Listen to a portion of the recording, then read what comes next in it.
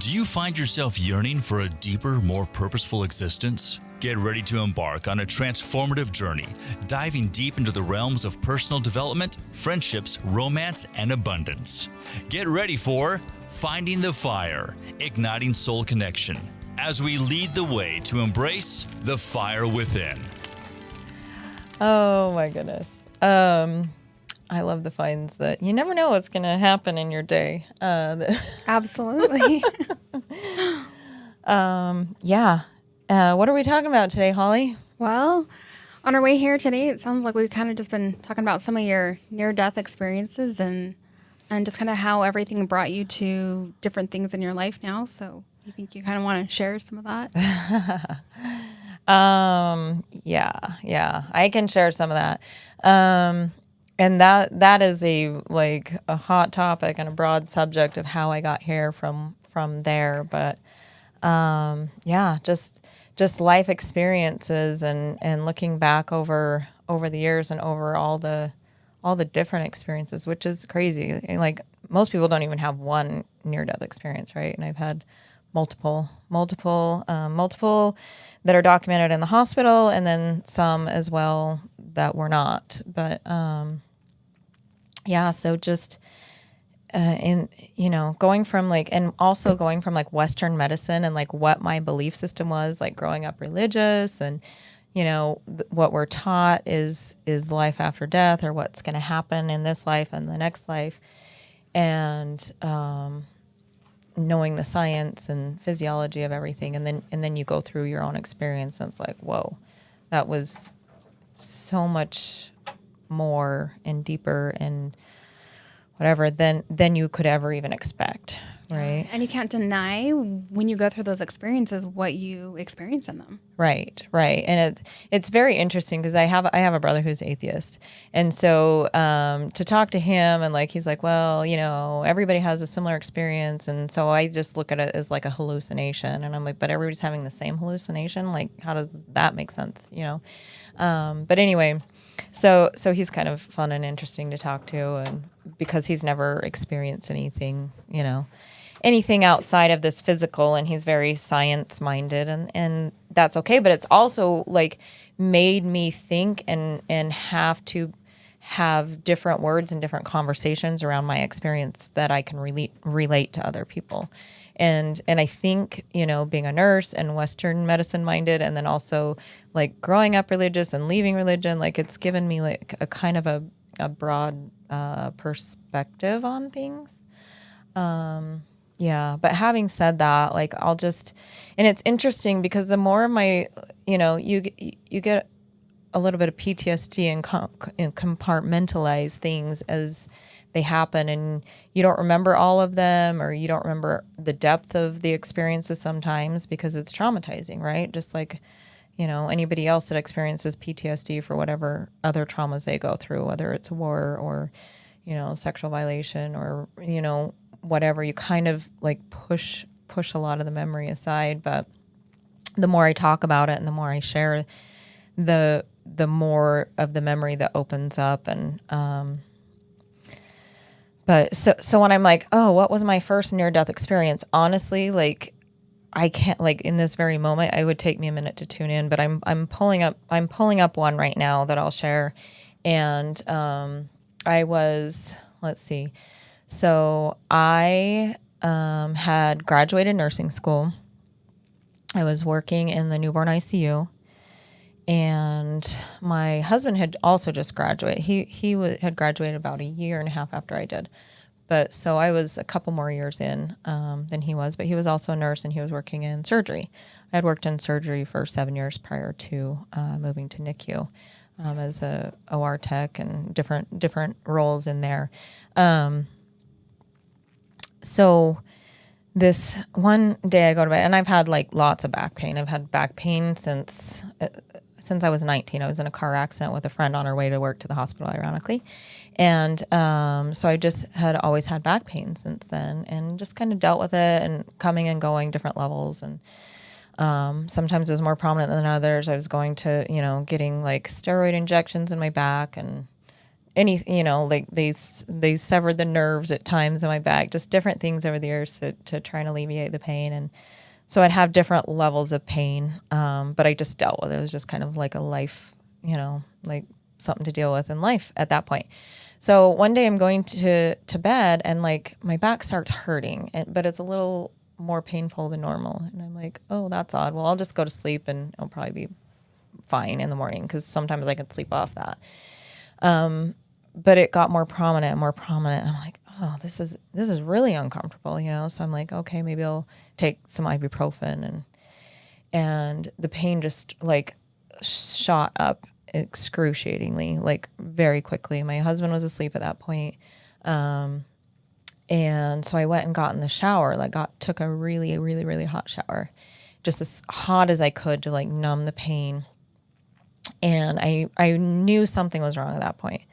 I knew something was wrong, but I didn't know what. And being a nurse and being stubborn, like you never want to, like there's a joke about nurses. Like if your mom's a nurse and you have a broken ankle, you're walking on that broken ankle for 3 weeks before she finally admits like, oh, maybe you need to go in, right? So that's kind of a joke, but it's kind of true. So here I am in this excruciating pain. I know something's wrong, but I don't want to believe it. So what do I do? Instead of waking up my husband and admitting like something's wrong, I call a friend at work who's also a nurse, and she's a good friend. I'm like, I don't know what's wrong. I'm in all this pain. And she's like, Cyndee, you need to get to the hospital. And that was the last thing I had control over. So I passed out in the shower. That noise woke my husband up. He drugged me out of the shower, and the phone's still on. And so he picks it up to see who's there. It's my friend. She's like, get her to the hospital. He takes me to the hospital. And I'm not able to respond. I'm aware of what's going on, but I'm not able to respond.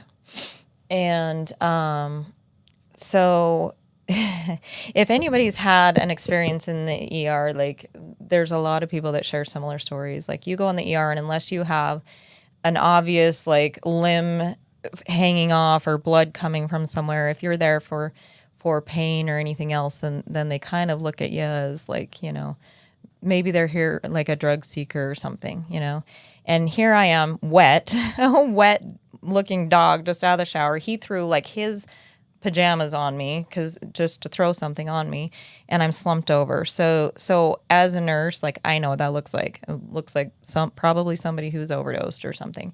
So they treated me as such, and he's like, can we get a blood pressure on her? Like he's very worried, and he's a nurse. They don't know who we are. Mind you, we work at that hospital, but the hospital's huge. He works in surgery. I work in NICU. There's 2 campuses at that point. This is in the ER and on the opposite campus of where we worked. And so the guy's like, yeah, I'll get to it. And he's like asking me the intake questions, and I can't respond.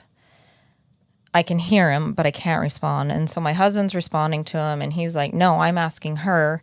And I'm trying to respond. I can't say anything, but somehow I'm able to barely lift my hand and kind of point towards my husband. And so then he starts listening to him and getting my name and all that from him. And my husband's like begging him, can we put a blood pressure cuff on her? Like, we need to take a blood pressure on her. And he's like, I'll get to it. And finally they put a blood pressure cuff on me and realize I have like no blood pressure. Like they can't get a reading on me.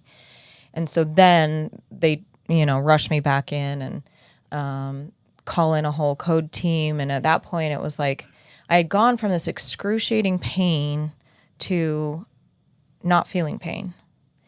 I couldn't respond. I was aware, but the pain was gone. And that's all I really cared about. And, and as a nurse, I'm like, okay, I'm in a hospital now. They'll figure it out. They'll take care of me, whatever this pain is, And what I didn't realize at the time was they were coding me in the ER. And all I knew was there was a bunch of people moving around, and all of a sudden I would be back in my body and screaming in this excruciating pain. And so as they're coding me and trying to pull me back to life, quite literally, as I'm getting in my body, it's so painful. I'm just screaming like horribly. And then I would leave my body again. And and the pain would go. And, whew.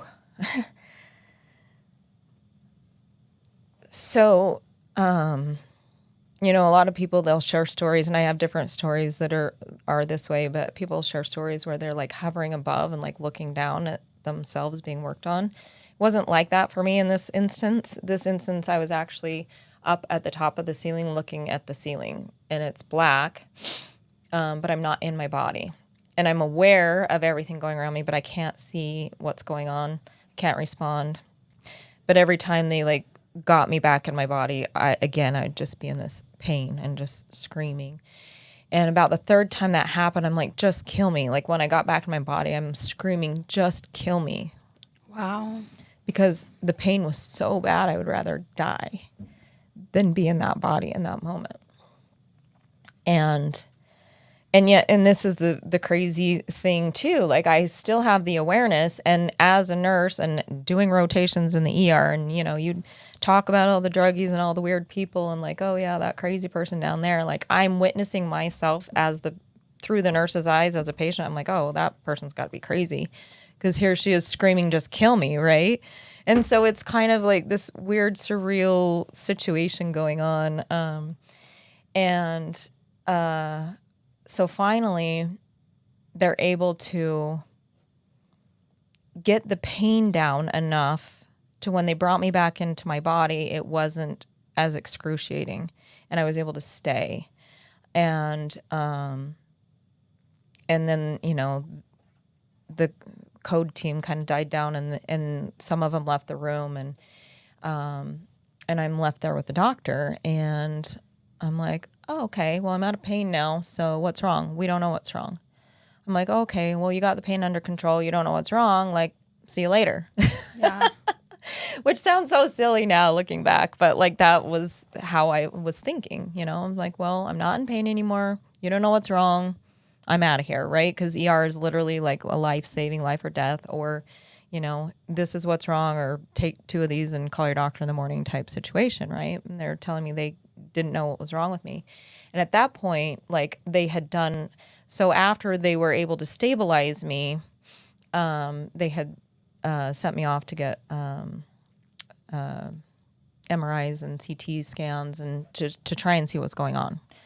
And they couldn't find anything. But they assumed like maybe I had like a ruptured appendix, because that's excruciating. It's painful. And you can't like see that on lab work necessarily, right? So they're doing all these scans, trying to figure out what's going on. And they don't find anything, but they're like, well, she's got to have something internally going on to be in that much pain and to literally be dying on us. And so if it's like a ruptured appendix or something, like we need emergency surgery to get that out of her, because then she'll go into sepsis and die, right? That's what they're thinking. I'm not thinking any of that at that time. You know, I'm just grateful to be alive and not in pain. And so they're like, oh, okay, we're sending you off to surgery. And I'm like, why? You know, you don't even know what's wrong. Well, we don't know what's wrong, but something's wrong. And if we don't figure it out, like, you're not going to survive this. So I'm like, okay. And this is where it gets really crazy and silly. Like I mentioned, I worked in surgery for 7 years prior to moving to NICU. So I knew all the surgeons, knew all the nurses. I knew everybody there. They're all my friends, you know. And you also have favorites, right? You have favorite doctors, you have favorite nurses. So part of my job when I worked in surgery was to put the crews together. And so in my head, I'm like, well, I'm going to pick my crew then if I'm going to have surgery, right? And so I like call up to the OR circulator and I'm like, hey, so-and-so, it's me. And guess what? I'm coming in for surgery. And who's on today? And like trying to like pick my crew. And I know this just sounds crazy at this point, but so she's telling me who's on. And I'm like, and you know, they're all good. They're all good. But you have your favorites, you know, that you have fun with working together. So, but she mentioned, so I'm like, well, who's the general surgeons? Because, you know, whoever the general surgeons are is going to do my surgery. Well, in my head, like, I want any of the general surgeons but this one, because he's the grumpy old man, right? In my head. And so I'm like, any of them would be great, but not this one. Well, it was this one. And they're like, well, I'm going to try and get so-and-so. I'll go talk to so-and-so and see if they'll do your surgery. And they're like, yeah, we got it all arranged. But they're like, there's no time to wait. Like I was that critical, but in, not being logical for myself, I'm like thinking like I can just make all this happen the way I want it to. And so that other surgeon had been like, yeah, sure, I can do the surgery, but I have to finish what I'm doing first, obviously, on that surgery. And this other one was available now. And so the ER doc's like, you're not waiting for anybody. You're going now. And so I'm kind of frustrated about that. But I'm like, okay, whatever, Cyndee, just let it be. It's how it's meant to be, right? So they're wheeling me back to surgery. And this surgeon stops them in the hallway. He had looked over all my labs, over all my scans, and he stopped them. And he's like, we're not taking her into surgery. And they're like, what do you mean? Like, she needs surgery or she'll die. He's like, she'll die if she goes into surgery. There is nothing operable in her. He's like, I've looked over everything. He's like, if we open her up, she will die. She's not going into surgery. And in that moment, I'm like, not maybe not even in that moment, but looking back, I'm like, holy shit, had it been any of those other surgeons and they're my friends and they're like, yeah, I got to, like they would have taken me back and opened me up. Right. And there was nothing to operate on and my body could not have handled it. And so thank God it was the one grumpy old guy who knew a lot more than the young fun guys to work with, right? And stopped them from taking me into surgery and instead directed me straight to ICU. And even at that point, I'm like, why am I going to ICU? I'm fine, right? Because like I'm not in pain now. I'm aware. I can talk. I'm able to answer my own questions. My husband doesn't have to answer them for me or carry me, So I'm like, I don't need to go to ICU. They're like, do you understand the pressors that you're on, the medications you're on to keep you alive right now? And that's the first time I turned around and looked at the IV pole behind me, and it was a Christmas tree of medications that they were pumping into my body to keep me here on this earth. And I was just like, whoa, okay. Wow. And that was the first time the gravity of it really hit me. I'm like, what's going on here?